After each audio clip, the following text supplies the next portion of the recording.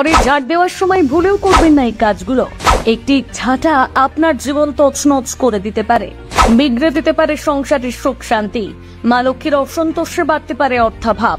দিনের কোন সময়ে ঝাড়পোছ করার জন্য শুভ, মেঝে মোছার সময় কোন ভুল এড়িয়ে চলবেন জেনে নিন। হিন্দু ধর্মে ঝাঁটাকে দেবী লক্ষ্মীর প্রতীক মানা হয়।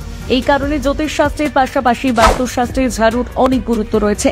ঘরদোর পরিষ্কার পরিচ্ছন্ন রাখতে অনেকেই বারবার ঘর ঝাড়া মোছা করেন, কিন্তু অনেকেই জানেন না এটা ভুল। শাস্ত্র এবং বাস্তু অনুযায়ী ঝাঁটা দেওয়ার নির্দিষ্ট নিয়ম এবং সময় রয়েছে। সেই নিয়মগুলো মেনে ঘরদোর ঝাড় দিলে বা পরিষ্কার করলে দেবী লক্ষ্মীর আশীর্বাদ বর্ষিত হবে। কি কি সেই নিয়ম আসুন জেনে নিই। সূর্যাস্তের পর অর্থাৎ সন্ধেবেলায় কখনো এই ঘর ঝাড় দেবেন না। ওই সময় ঘরের ময়লা আবর্জনা বাইরে ফেলবেন না, প্যাকেটে বা ডাস্টবিনে ভরে রাখবেন, পরে ফেলে দেবেন। সন্ধ্যের সময় ঝাড় দিলে বা নোংরা আবর্জনা বাইরে ফেললে সংসারে দারিদ্রতা নেমে আসে।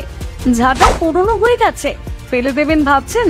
তাহলে নতুন ঝাঁটাটি শনিবার দিন ব্যবহার করা শুরু করুন, সংসারের জন্য শুভ। ভুলেও ঠাকুরের স্থানে বা আলমারির কাছে ঝাঁটা রাখবেন না।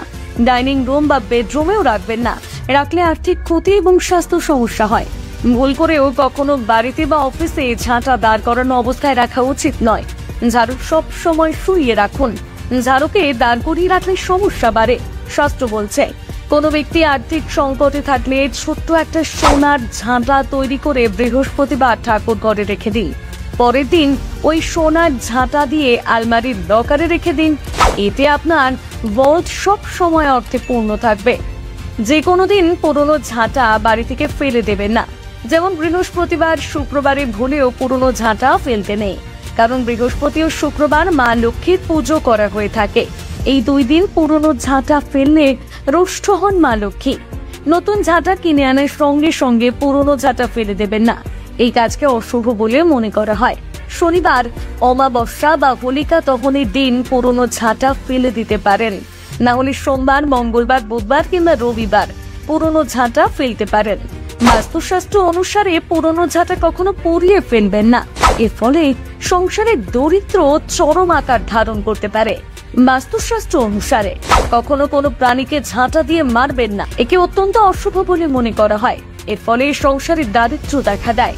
ঝাঁটাতে পা লাগলে লক্ষ্মী দেবী ক্রুদ্ধ হন, তাদের জীবনে আর্থিক সংকটের সম্মুখীন হতে পারেন। যদি আপনার পা ঝাড়ু স্পর্শ করে তাহলে প্রণাম করে নিন। যেদিকে লক্ষ্মীর বাসস্থান সেদিকে ঝাড়ু রাখবেন না। বাস্তু মতে ঝাড়ু সবসময় বাড়ির দক্ষিণ পশ্চিম বা দক্ষিণ দিকে রাখা উচিত। বাড়ির কোনো সদস্য কোনো কাজে বাড়ির বাইরে গেলে তিনি যাওয়ার সঙ্গে সঙ্গে ঘর ঝাড় দেবেন না। মনে করা হয় এতে ওই ব্যক্তি তার কাজে ব্যর্থ হবেন। কখনোই ভেঙে যাওয়া ঝাঁটা ব্যবহার করবেন না।